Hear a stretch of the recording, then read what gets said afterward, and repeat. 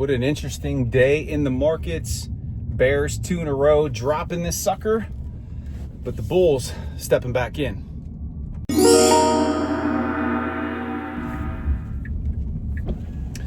What's going on, everybody? Jeremy Ritz here. Courage pays better than fear trading. Driven. I'm driving and I'm coming to you to talk about the market, my life as a trader, all those things. If you haven't checked out the video I posted yesterday, just talking about why the weakness came into the market on Tuesday and really the earlier part of today, make sure you check that out. We have Jerome Powell speaking this Friday at Jackson Hole. That's sending some volatility into the markets. Put this window up.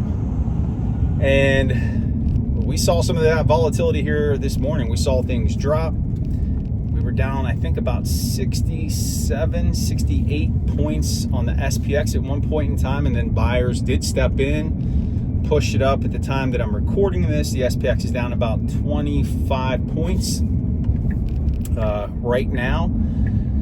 We've got 2 hours before close, so a lot can happen. It doesn't mean that that big, long, lower wick is going to be there, which is what I was telling my community, that if we want to see some resilience from the bulls, that they're still in charge, we want to see that buying coming in, and we're seeing it right now, but it has to hold. And so until this day closes, the bulls need to stay in at these levels, show support, and hold tight. So watching to see if they're going to be able to do that.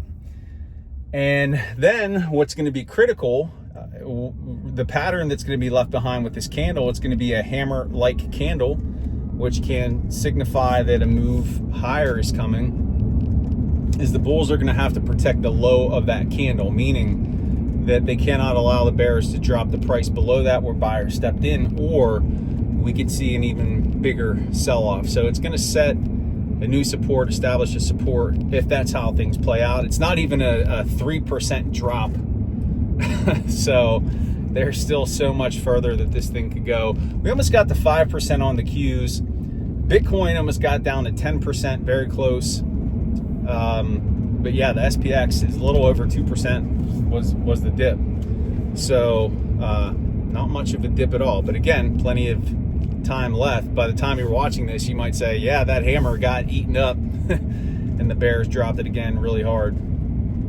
So in terms of trades for me today, I was really patient at the open. I was watching to try and catch a relief bounce on Palantir because it continued to smoke lower again today.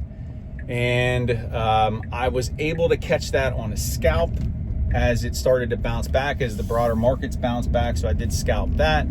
I did get a quick scalp on Google. I did get a quick scalp on Nvidia. So little profits there, not massive wins, but enough to stack wood, to stack gains. And currently I am in a small day trade, not full risk, on Amazon, playing that to the upside here with the intention that we're going to see further move higher, further push higher from the bulls. And I'll close that out by the end of the day. Again, not full risk, just with the volatility and everything going on, but I am monitoring that. And what else is going on? Well, it's kind of been a dreary week. You can see out the windows here, it's just kind of dismal and drab. It rained last night. Fall is definitely getting ready to show up.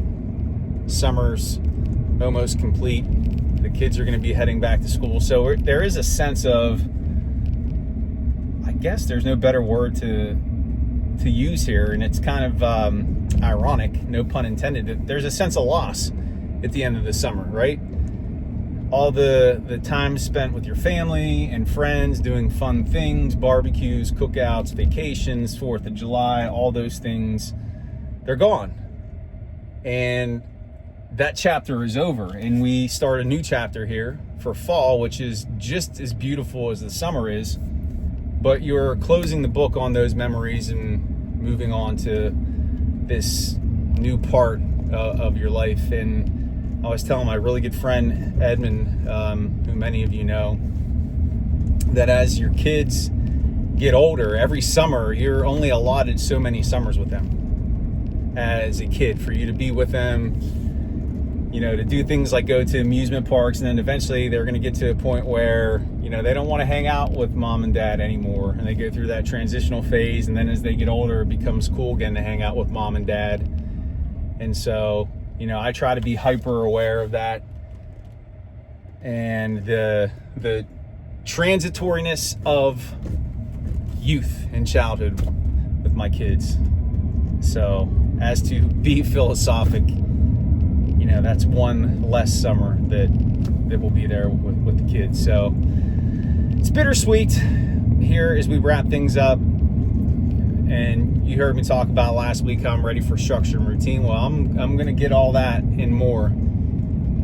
But I'm excited to see what's in store here these next couple months. They are tremendous months, beautiful months, holidays. Excited for that. Excited for the opportunities my kids are going to have in school, with athletics, you know, the things that we're going to do as a family. So that's going to be fun.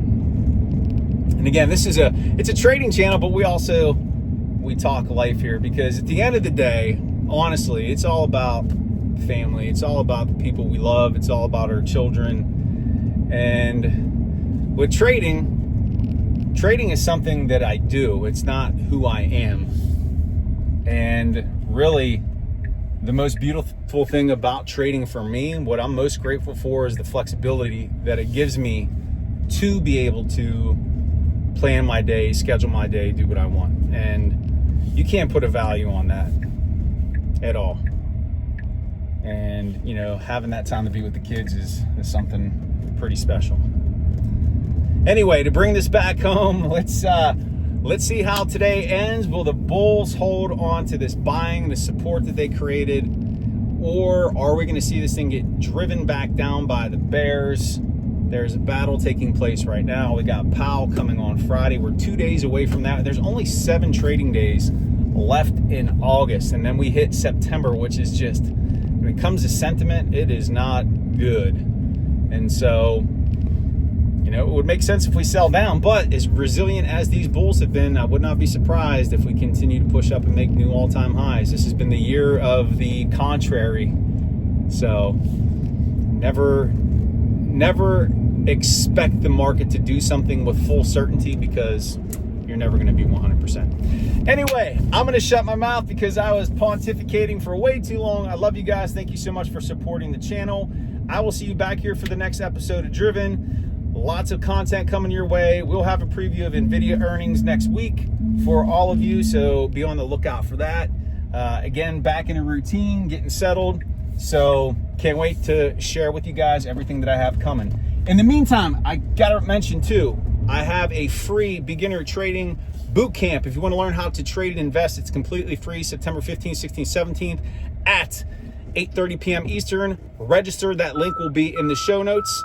And I will see you back here next time for a brand new episode of Driven. Take care, everyone.